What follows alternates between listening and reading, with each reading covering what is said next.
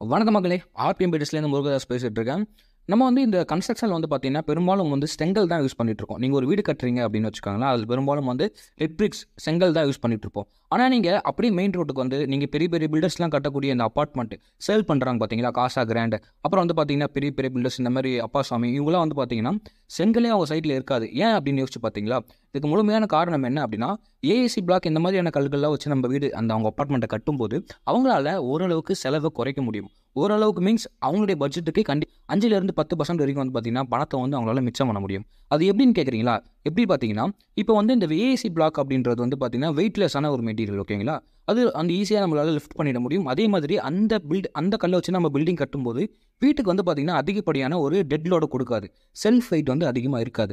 இது இல்லாமல் இருக்க காரணத்தினால என்ன ஆகும் பார்த்தீங்கன்னா, நீங்கள் எவ்வளோ மாடி கட்டினாலுமே வெயிட் கம்மியாக இருக்கும்போது அதுக்கான ஃபவுண்டேஷன்ஸை நம்ம டிசைன் பண்ணும்போது அதிக அளவில் நம்ம காசு செலவாகாமல் பார்த்துக்க முடியும். இது ஒன்று. ரெண்டாவது பார்த்தீங்க அப்படின்னா, இந்த ஏஏசி பிளாக் வச்சு கட்டும்போது சீக்கிரமான வேலைகள் பார்த்தீங்கன்னா நடந்து முடியும். இப்போ ரெட் பிரிக்ஸ் வச்சு நீங்கள் கட்டினீங்க அப்படின்னா, இப்போ செங்கல் வச்சு வீடு கட்டுறீங்க அப்படின்னா அதோடைய சைஸ் ரொம்ப ரொம்ப சின்னது, ஓகேங்களா?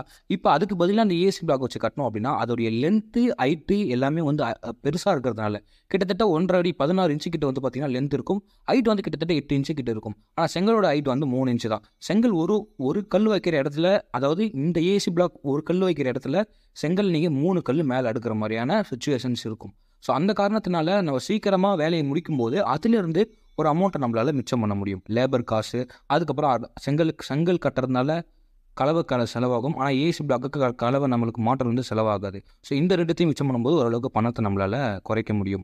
இப்போ பணத்தை குறைக்க முடியும் அப்படின்றதுக்காக இதை நம்ம யூஸ் பண்ணலாமா அப்படின்னு கேட்டிங்கன்னா, அப்படி நம்ம கம்பேர் பண்ணக்கூடாது.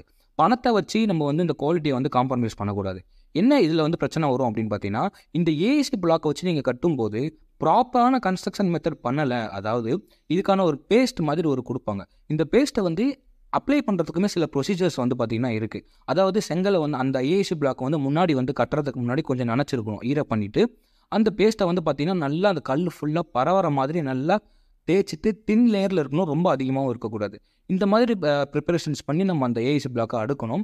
இப்படி அடுக்கினா மட்டும் இந்த மாதிரி பண்ணக்கூடிய ப்ராப்பர் ஒர்க்கை நம்ம பண்ணால் மட்டும்தான் இந்த ஏசி பிளாக் பார்த்திங்கன்னா வலிமையாக இருக்கும். இது பண்ணாமல் விட்டுட்டோம் அப்படின்னா ஃப்யூச்சரில் நம்மளுக்கு என்ன ஆகும்னு பார்த்தீங்கன்னா கிராக்ஸ் வரல வாய்ப்பு இருக்குது. அது மட்டும் இல்லாமல் எதுவுமே நம்ம பார்த்திங்கன்னா ப்ராப்பராக பண்ணலாம், அங்கே செவுத்தில் ஆணி அடிக்க முடியாத விஷயங்களும் நடக்கும். ஏன்னா ப்ராப்பராக இல்லாதப்போ நம்ம அந்த இடத்துல அதிகமான லோடை கொடுக்க முடியாத மாதிரி ஒரு சுச்சுவேஷன்ஸ் உருவாகும். அது மட்டும் இல்லாமல் இந்த ஏசி பிளாக் பார்த்திங்கன்னா ஃப்ரேம்டு ஸ்ட்ரக்சரில் மட்டும்தான் யூஸ் பண்ண முடியும். ஒரு லோட் பேரிங் ஸ்ட்ரக்சர், அதாவது செங்கல் வழியாக செவுறு வழியாக லோடை கடத்தக்கூடிய அந்த மாதிரியான ஒரு ஸ்ட்ரக்சரில் நம்ம ஏசி பிளாக்கை பயன்படுத்தவே கூடாது. ஏன் அப்படின்னா இதுக்கு கம்ப்ரஷன் ஸ்ட்ரென்த் பார்த்திங்கன்னா ரொம்ப ரொம்ப கம்மி. ஆனால் ரெட் பிரிக்ஸுக்கு பார்த்திங்கன்னா ரொம்ப அதிகமாக இருக்கும். ஆனால் இந்த ஏசி பிளாக்குக்கு ரொம்ப ரொம்ப கம்மி. அதனால் ஃப்ரேம்டு ஸ்ட்ரக்சரில் யூஸ் பண்ணலாம். அதே மாதிரி நீங்கள் செலவை குறைக்கணும் அப்படின்ற மாதிரி ஒரு குவாலிட்டி வைஸில் நீங்கள் காம்ப்ரமைஸ் பண்ணி இந்த கல்லை யூஸ் பண்ணக்கூடாது.